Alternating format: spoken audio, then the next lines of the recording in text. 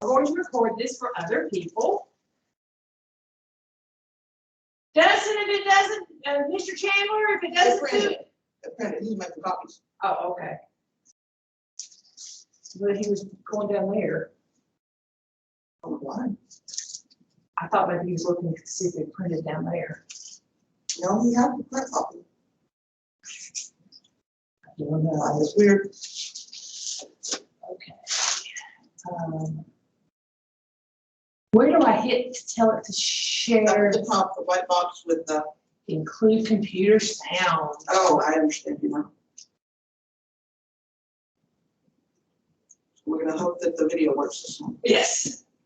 Okay, so we'll leave that in a minute.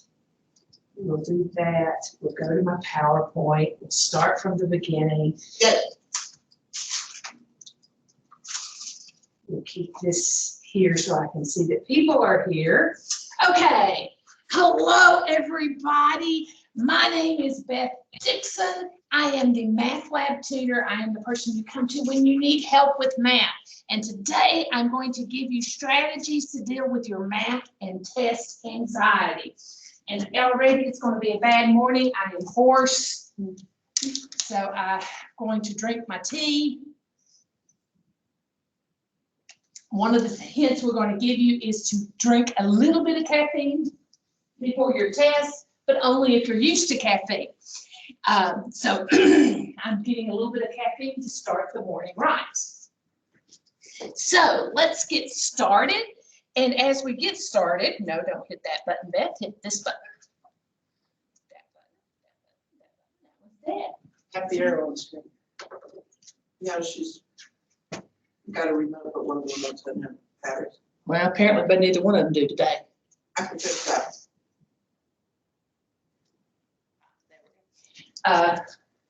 Why don't you see what's going on with that for me? Okay, so what do we have here? We have the minus. Top right. I just want to make sure I can see that Ayla is still here. Don't worry, madam. I'll keep you busy. Okay, so what is math anxiety?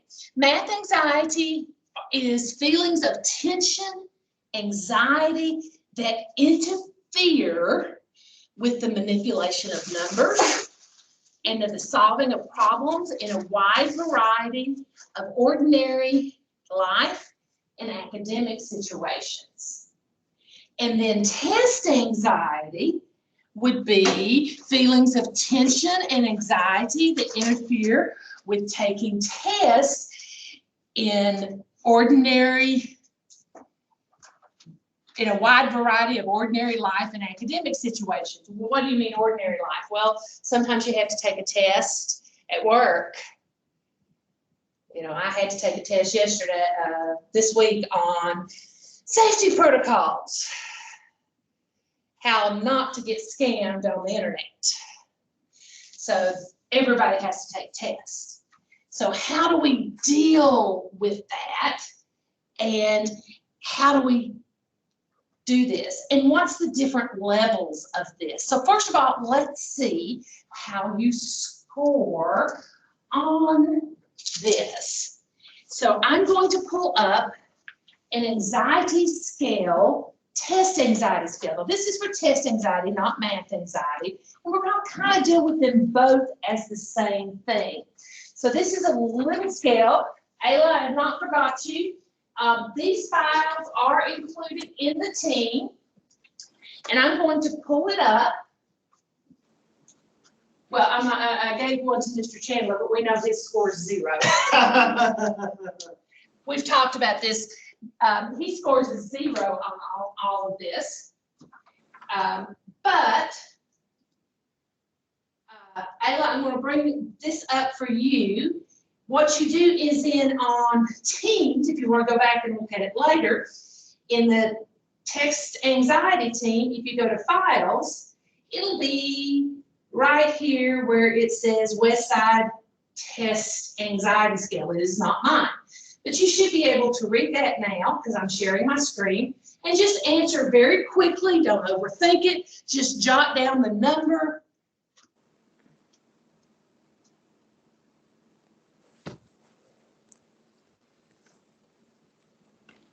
We'll take just a minute to do this. Nobody's going to look at your numbers but you.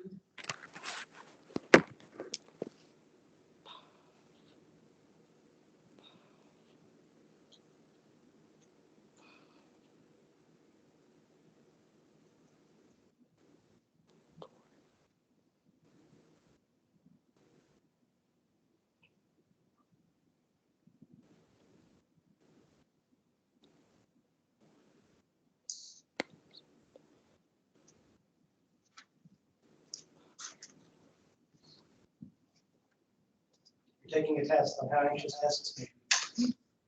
Oh, but it's not a test. Why? Just why?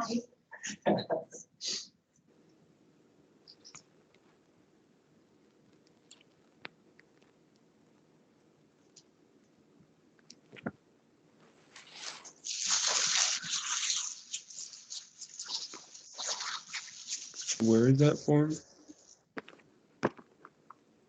Okay, if you look at your, there, it should be, I did something. It should be, when you hit teams, you should go into your, math lab team. That's not what I wanted to hit. So when I hit all my teams, math lab team should be showing up now since you've joined it. When you do that, there should be channels. So you should select the test anxiety channel. And when you do that, you should select files. And then West Side, it will pull it up. But you should be able just to see it on my screen, because I've shared my screen in the Teams in the video.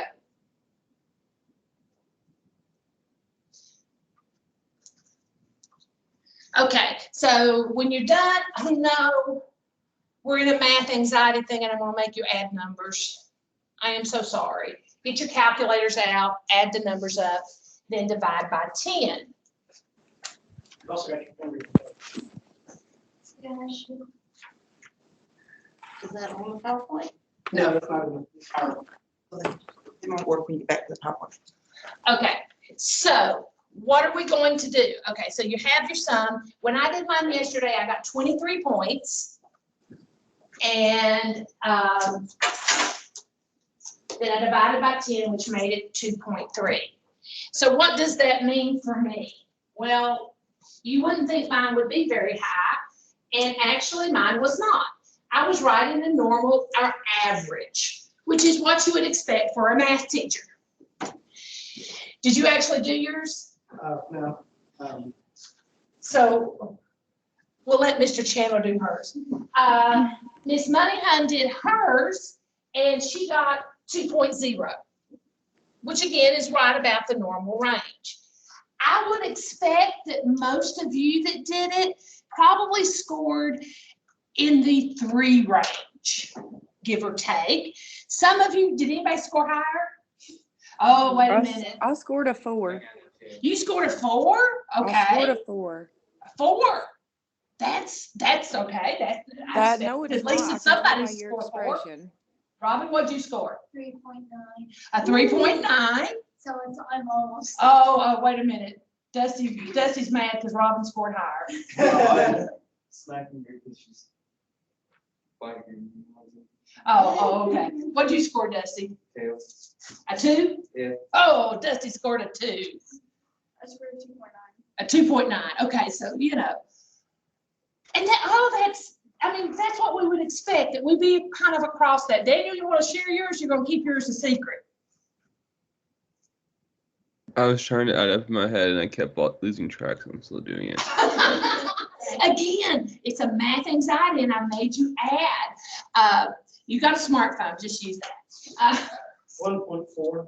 Okay, so yeah, 1.4. So he didn't score 0. Well, you could actually get a 1, I Yeah, guess. the lowest you can get is a 1. Now, I thought of something though last night when I was reading this. What if I changed it from taking a math exam to something that actually does cause me anxiety? and I score much higher. Oh, this is specifically with math tests in mind? Yes, or any I thought it- test, any I thought it was test. just like in general tests. Yeah. Yeah, any test. This is actually any test. So let's go back and we'll go back to the PowerPoint. And so we now know what it is. Yay, it works. And let's see what, Fix the clicker. so we've got our physical symptoms. We can have things like headaches, nausea, excessive sweating, shortness of breath, rapid heartbeat, lightheadedness, feeling faint, panic attacks, hyperventilating, holding your breath. You can have emotional symptoms, feelings of stress, fear, helplessness, disappointment, anger, self-doubt, feeling inadequate, depression, anxiety, nerves, hopelessness. You can have behavior change, difficulty concentrating, mind going blank, where all you think about is what others think of you, procrastination, that's mine, racing thoughts. Does everybody know what racing thoughts is? Yeah, that's where your mind won't stop. It just goes in a loop, kind of like a race car. Very fast, very much. Yeah, drive fast, turn left. I like that. Self-fulfilling thoughts. That's where you think, oh, I'm gonna fail this test. Then you fail this test, you fail the study. Then you say, I'm gonna fail the test. And then you fail the test, then you don't study, then you fail the test. You know, forgetfulness. You can't remember nothing. I had the CRNs a lot. Can't remember nothing. Negative thoughts. Oh, I'm just so helpless. I'm so bad. I'm not worth anything. That's bad. We're not going to think like that. And you may talk too much. Not in this group. You may talk too little. And then here are my group. Now, I fidget. I don't nail bite. Somebody in this room may do that. But I grind my teeth. My dentist doesn't like that. I grind my teeth when I get nervous. So as I look at those, can you identify that you do these things? I mean, yeah, we're raising our hands. I'm seeing nods. I can't see nods from the people online. But are there other things that you can see that these made you think of that are symptoms that you can say, yeah? Bite my nails already. Yeah. I mean, these are things, I mean, they're physical, emotional, and behavioral and cognitive thought things. And if we can see that they're results, we know that there is a cause, our anxiety, then we can put something in between them to change those behaviors. We can also look at the root cause. You know, what is behind all of this? The problem is, does it really matter for our purposes? And the answer is no. It could be that it was something that happened in elementary school. You could have had a teacher that, you don't know how to do that.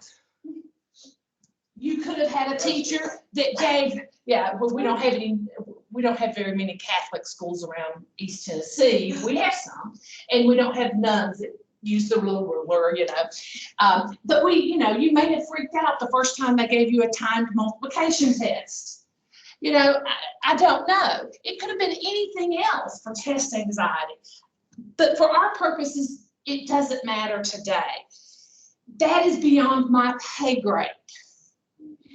And it really has to do with where you scored on that test anxiety and whether it matches up to that word that I bolded on that first slide. How much does it really interfere with your daily life? If we can get you through and get a degree, then it's probably not interfering and it's okay. If it's really interfering, you need professional help. I am not that type of professional. So you need to go see a counselor and they can root out the cause and give you better coping. And I have got a list of counselors that I've handed out in person. If they're not already in those files, they will be. And so if it matters to you, go see. Oh, and the counselors here at Walter State are free. We like free. Okay, we do need to talk about the word triggers, which is your first password. For those of you that get extra credit, trigger is your first password. Okay, this is not trigger. Yes, it is. Well, actually it is. This is Trigger and Roy Rogers. Trigger or the Lone Ranger, I don't know. It came up when I searched for Trigger the horse. So this is not Trigger, but a trigger is actually in mental health terms, this is quoted. If it sounds funky, I copied and pasted. It's from Healthline, blame Healthline. In mental health terms, a trigger refers to something that affects your emotional state, often significantly, by causing extreme overwhelm or distress. In other words, if you take a test and you get overwhelmed, the test is your trigger. If when taking a test, someone gets up and leaves, causes you distress and overwhelm, that's your trigger. I don't know what your trigger is. What triggers Jordan may not trigger Robin. What triggers Robin won't trigger Daniel. Everybody's is unique. You have to be aware and self-aware of your own triggers. A trigger affects your ability to remain in the present, in the moment, and it may bring up some specific thought patterns or influence in your behavior. And again, this is a straight word for word copy and paste from Healthline. I did not come up with this. So what are we going to do about it? Well, we're going to do about it by doing this. We're going to prep. Preparation is your best bet. One important key to success is self-confidence. An important key to self-confidence is preparation. Arthur Ashe, the famous tennis player. Preparation is everything, says David Robinson, the famous basketball player. And he's the one, he's also the, served in the Navy in a submarine. David Robinson in a submarine. Okay. The best preparation for tomorrow is to do today's work superbly well. And that is William Osler, who Miss Money Hun looked up and found that he was a founding doctor of Johns Hopkins. And so to do today's work superbly well, I just like that one. Okay, so how can we deal with stress in our basic study habits? Well, we're going to use every resource available. We're going to use the Math Lab, our teachers, the YouTube, Khan Academy, everything we have available to us, we're going to take advantage of. We're going to be creative. Sometimes if it's math anxiety, we do okay in English because it's words. But have you ever thought of using your words in math class? If you write creatively in math. Write out the steps in your own words. If you're great at art, have you ever thought about drawing lots of pictures in math? So be creative because it uses that other part of your brain there. So be creative. This is the one that I had trouble with in my own life because of anxiety.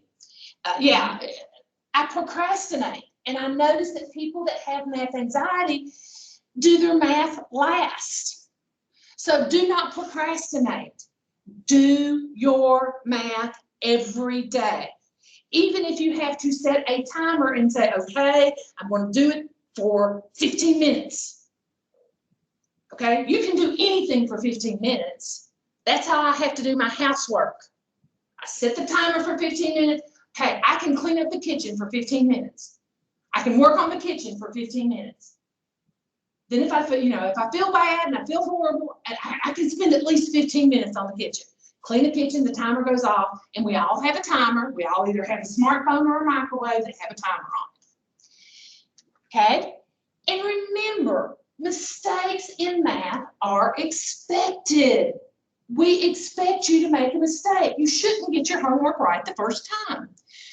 We respect that. That's how you learn in math. We then look at them and inspect them because then we correct them and we learn. Organization is key. You should have an organized notebook. You should be organized. Daily planners are wonderful. Some of us are really good at that. Some of us are not so much. That would be me. So there's an app for that. Good with apps. I'm better at making lists. This is what I've got to get done today. My husband has something called a Franklin planner. He had to start using one, and life is so less stressful for him now that he's done that. So find something that works for you, but organization. And we'll see if you cannot be like this. Hopefully this works today. Introducing SimpliSafe's wireless outdoor security camera. It works with SimpliSafe's already award-winning system. It's like adding an extra. So aren't you going to go talk to her? Well, so aren't you going to go talk to her? Working on my opening line. She's probably heard every possible line, Howard. It's disproportionate to my physical stature. No. You're going to need more than 11 hours. Well, it didn't work. Let's try it one more time. So aren't you going to go talk to her? Well, I'm just working. Kitly suggests that my sexual endowment is disproportionate to my physical. Need more than 11 hours. Oh, no. What's the matter? I forgot my flash drive. So? So we have to go back. Okay, Sheldon, I'm going to say why, and your answer cannot be because I forgot my flash drive. But you don't understand. My flash drive has my paper on astrophysical probes of M-theory effects in the early universe that I was going to give to George Smoot at the conference. Why do you have to give your paper to George Smoot? It's brilliant. He needs to read it. So you'll send him an email when we get back? Oh, then I won't get to see his face light up as he reads it. Right, of course. Oh, this is an unmitigated disaster. Well, there's nothing you can do about it, so relax. Sit back, enjoy the clickety-clack of the steel wheels on the polished rails. You forgot your flash drive. You forgot your flash drive. You forgot your flash drive. You forgot your flash drive. You forgot your flash drive. You forgot your flash drive. Only 10 hours, 55 minutes to go.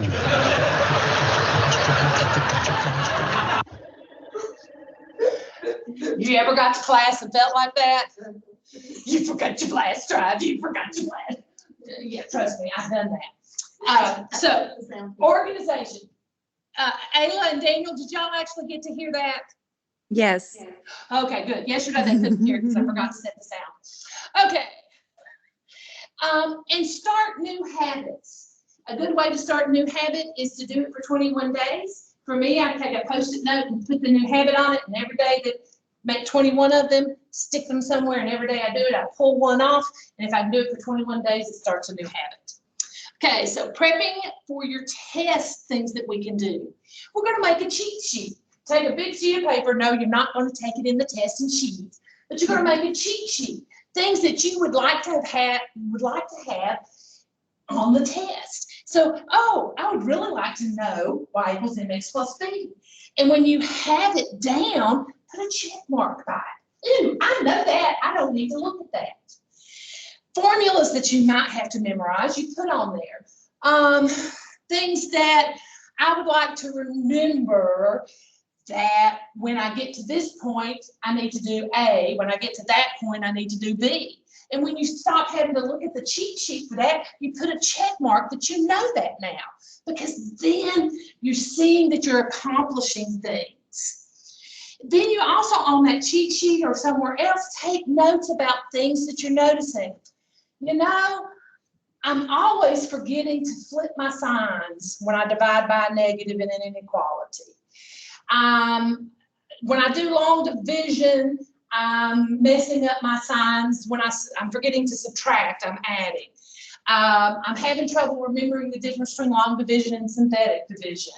I'm having trouble remembering that an ordered pair is X comma Y as opposed to Y comma X. I'm forgetting when I'm square a binomial that I get a middle term. You know, write down things that you notice about what you're doing and why you're missing things. Make a practice test from your quizzes and your homework so you can practice taking a test at home. Do a mock test. Or, as Ms. Mahan suggested yesterday, if your teacher doesn't provide a practice test, ask for one. You know, do you have an old test that I can practice with? Do you have a practice test? The worst they're going to say is no. Then you're no better off or worse off than you were. If they say, well, yeah, I've got an old one, then you have one. So use a practice test. And the other thing, which I've said before, is study in chunks. You don't want to sit and spend hours and hours at one time. You're better off spending around 30 to 40 minutes. And if you have to start out to 15 minutes and work your way up to that because of the anxiety, you're better off. Use a timer. Timers are wonderful. When you study, use chewing gum, peppermint, Hershey Kisses, whatever it takes, whatever you like. Hard candy tends to work best because of something that I'm not really sure about. That's where the professionals would tell you. And we'll talk about the tension in a little bit later, Ms. Moneyhunt. But while you're studying and prepping for the test, chew gum or peppermints, because it's going to create a memory when you take a test. So it's got to be the same flavor and the same type that you'll use during your test. The night before the test, we're going to do some very specific things. We're not going to cram. We're going to pack our stuff and be organized. Our pencils, our papers, our calculator, our favorite sweater's going to be laid out. We're going to dress in layers so we're not too hot, we're not too cold. We're going to keep positive. We're going to say positive things. I've spent X hours studying. I'm ready for this test. We're going to treat our body good. Yes, I know that's poor English, but it's from the old slogan, milk does the body good. Okay, so milk does the body good, so we're going to treat our body good. And we're going to do that by eating well, being hydrated. We don't want to overhydrate, so we have to go to the bathroom in the middle of the test. But we're going to be hydrated, so we're not dehydrated. And we're going to exercise. Take a walk if you're not used to exercise, but if you normally exercise, don't skip your exercise. Get a good night's sleep. Sleep is as important as that extra hour of study. Your brain needs to be well rested. Now, we're going to start the next morning of the test right. You're going to get up early enough to get to the test. Bring everything you need. You're going to arrive early to the test. You're going to avoid the sugar crash. What happens if you eat a lot of sugar? Well, think about a 2-year-old. What happens when the 2-year-old eats a lot of sugar on Halloween? They go crazy. So you got all this energy. But then what happens when that sugar goes away? Plop! Down goes the 2-year-old. Well, guess what? That's no different than for a 2-year-old than a 32-year-old. Or a 22-year-old. Or a 42-year-old. Or a year-old. Okay? The problem is with older people, we kind of hide the extremes. But you don't want to eat a lot of sugary breakfast and then crash. So you want to eat a nice, well-balanced breakfast. Caffeine is good, but sleep is better. A little bit of caffeine right before the test will kind of open up your blood flow, get that blood flowing to your brain. That's good. But if you're not used to caffeine, don't do it. And for all means, avoid those energy drinks. They will make you jittery, not give you good brain flow. Okay, again, eat a well-balanced meal. I should have avoided that one. Stop negative thoughts. Avoid negative conversations. How many of you come into a test and then you get next to somebody and say, oh, I'm just not ready for this test, I'm gonna flunk it. And you sit around and you talk about how bad you're gonna do on the test before you've even taken the test. No, don't talk to those people. Come in, get your stuff ready, your mind is on taking that test. Don't talk to other people that are gonna be negative. If they start being negative, say, excuse me, I gotta run to the bathroom. Even if you have to go to the bathroom 5 times. Okay, focus your mind. Go back over a few things. Don't try to cram anything in at the last minute, but just focus your mind, saying positive things. Do a meditation. I have a meditation link by Mr. Khan himself from Khan Academy. He talks about how to do a quick, his is a long meditation, but you can do a really quick meditation, and all you have to do is go meditation in YouTube, and 1,000 links will come up. So find one that works for you that's a really short, positive meditation. And most of all, be positive. And lastly, avoid your triggers. If you know something on the way to test triggers you, avoid it. Only you know your triggers. And now we're going to give you the second password, which is triple. And if you're taking it via the internet, pick your spot, make sure you got good lighting, good place to sit. Your bed is not a good place to take a test. It's a good place to sleep. Make sure your equipment is working. Is your computer good? Is your battery good? Is your calculator got batteries? Is your internet up and working?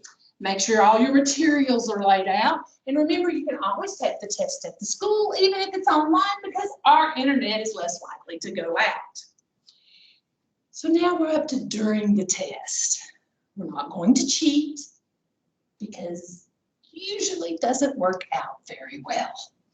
So that cheat sheet that we have, we're going to do a brain dump because we've used that cheat sheet enough that we remember what's on that cheat sheet. So as soon as you get your test, we're going to make a cheat sheet. On our scratch sheet of paper at the top of the test, we're going to write out those formulas we tend to forget. Tell them to put it on the test. If you put it on a scratch piece of paper, you can't prove you didn't have it. Well, put it on the test then. Yeah. The only thing is that if you say this blank and then I'm going to write stuff on this, but then write it on top of the test, write it on the back of the test. Write your y equals mx plus b, write negative b plus or minus the square root of b squared minus 4ac all over 2a. Then you're going to look through the test. You're going to plan out how much time you have for every problem. You're going to look for the question that you know how to do the best. Because there's going to be something that you just know how to do. There's that easy problem. There's the problem where all you have to do is look and see where the lines cross. Oh, that was the one that all I have to know is, where they cross is the answer. Oh, okay, let's go do that one first. Come on in. Are you working in the lab? Lab should be open. No, count third classes in this room at 8:45. What? Oh, I thought she said there was nothing in this room. Well, I'll be through in a minute. So Come on in. just come on in and sit. Okay, so look for the question that you know how to do best and do it first. Okay, so do not do the test in order. So you're gonna find the ones that you do best first. One time I told a student to do it out in 3 levels. Level 1 means, I know how to do that, and you just do it.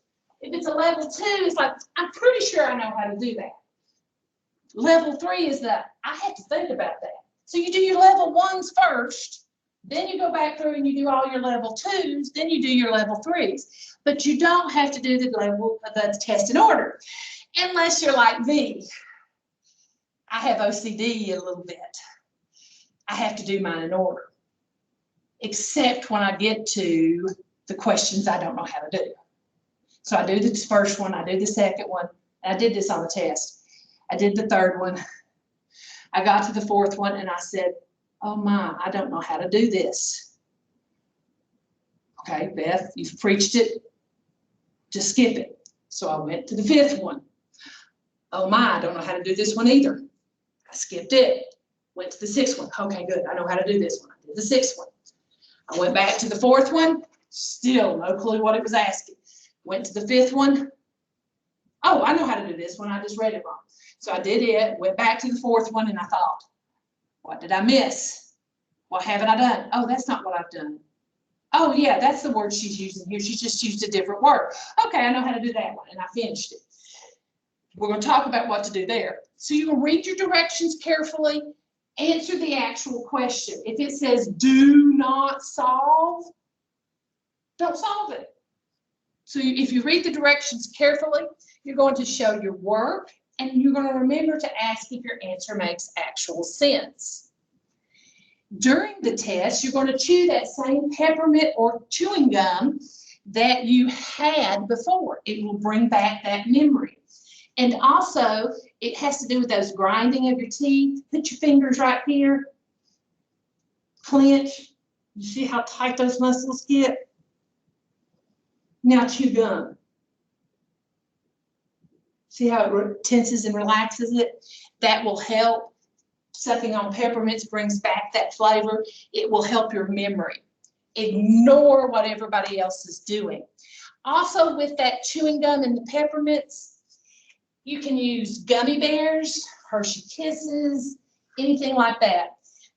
One of our teachers had 2 students that had extreme math anxiety, and they both had it. So they decided that they were going to work it out, and they lined up gummy bears next to each other where they were sitting in class.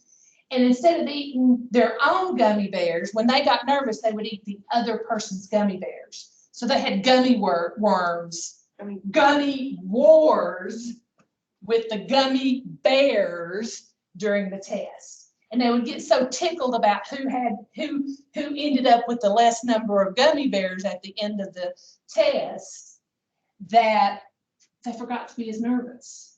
Now, I'm not suggesting you find somebody to have a gummy war during the middle of the test, but think about ways that you can deal with it. If Ms. Moneyhunt had this wonderful idea yesterday, what if your trigger is somebody leaving the test? So you have your gummy bears or your Hershey Kisses up there, and every time somebody leaves, you get to eat a gummy bear. So your trigger becomes a positive reward. Okay, you're not going to sit and stare at the test. You're going to do something instead of that. You're going to go with your first answer. Don't change your answer unless you really, really, really remember how to do it the other way. You're going to use every available time, and you're going to use relaxation techniques. Let's look at the relaxation techniques.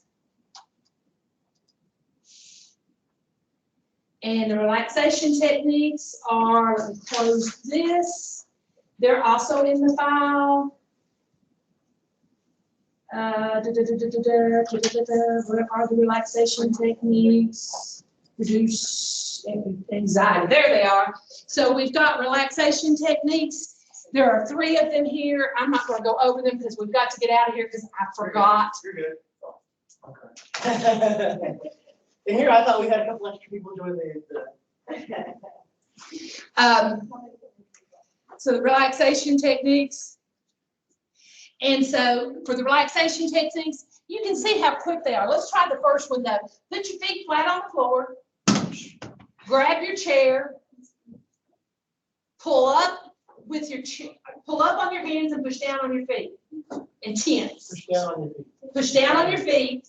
Put your feet on the floor. Feet flat on the floor. Push down on your feet. And up on your chair. Push down. It's causing her anxiety now. Here, watch. Yeah, and then we stop. And then you're tensing. And then relax. You see how easy that, and you can do that in the middle of a test. Nobody's going to know you're doing this. Unless you stomp your feet on the floor a lot. And then you can do what you just did. what you're just doing right now, which is, how many of you ever done this? All the time. Yes, all the time. But you can make it a relaxation tip. So put your hands out, put your into your, yeah. I put my cheekbones at the end of my palms because otherwise I do that. And then while your eyes are closed, you're going to picture yourself in the best place you can be. I'm at the beach. I'm sitting in a chair. The wind is blowing. And I don't have to think about anything. You may be in the forest, you may be in a stream, you may be in a fishing boat. My husband's in a fishing boat. Okay, so. And now I'm listening to you. Yes, but in the middle of the test, you can pretend to be somewhere else. And then there's the deep breathing one. You can also look up online. YouTube has a lot of really good relaxation techniques. That takes about 30 seconds, folks, or a minute to do. And so, no. You don't want to start from there. That would start us all over.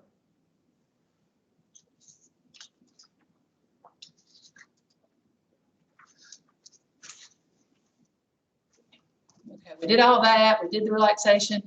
You're going to go back and check your work. You're going to use your formulas. You're going to draw pictures. And you're going to stop losing points by reading the directions, stop the bad handwriting, and you're going to have looked at your vocabulary and your concepts. We're also going to be aware of your triggers. We're going to breathe. Don't hold your breath.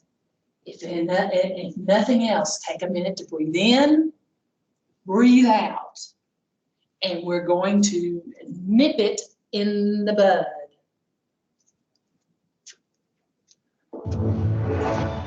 Stream live TV from 85 plus channels. Save up to $500.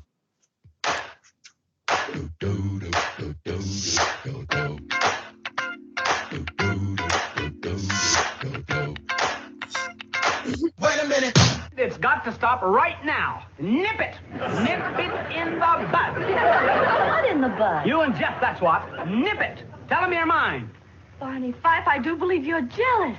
Doggone it, Thelma Lou, you're my girl, ain't you? Of course I am. All right, then nip it. I say this calls for action, and now, nip it in the bud. First sign a youngster's going wrong, you got to nip it in the bud. Nip it. You go read any book you want on the subject of child discipline, and you'll find that every one of them is in favor of bud nipping. Take care of it. Only one way to take care of it. Nip it. In the bud. Right. Set up a checkpoint, nip this speeding right in the bud. Forget about her. Nip it in the bud. What? Nip it in the bud. I think your audience is too young to know who you're. I've memorized every episode of that show. I know he's getting extra points on our next trick test. Again, remember your chewing gum. Do a short. I'm just like, what? Nip it, nip it, nip it. Do your short breathing exercises. Repeat your positive thoughts. When your negative thoughts start coming in, oh no, I don't know anything, my mind is blank.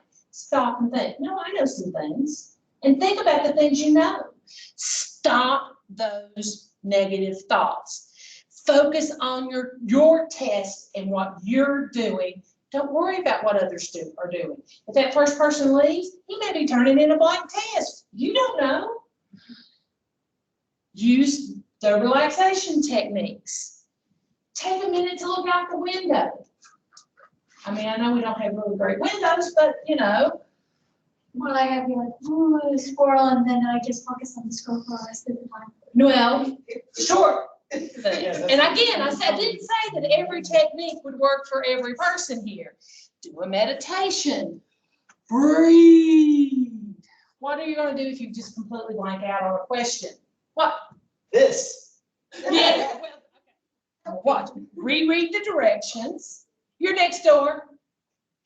Look for a key word. 242. Draw a picture.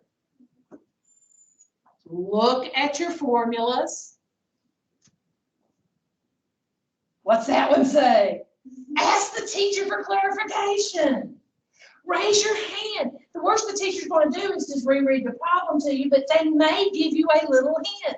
And listen as the teacher reads the problem, because 9 times out of the 10, the teacher's going to emphasize one of the words. You know, you're looking for the percent. Oh, percent. What do I have to do to find the percent? Oh, okay. We're looking for the probability. Oh, I'm not looking for the other thing. When I'm looking for the probability, what am I doing? That's the kind of thing you're doing. Do the other problems. Make sure you've done all the other problems. Remember, you skipped it. You check the rest of the test. Make sure you've checked everything. This is the last thing you have to do. Take a minute to look out the window, to do the palming technique where you picture yourself somewhere calm. Use every available minute. Now, that doesn't mean to sit in the math lab with me the rest of the day trying to look at and figure out how to do a problem, but to use all the available time. And remember, we're not trying for perfection. Breathe.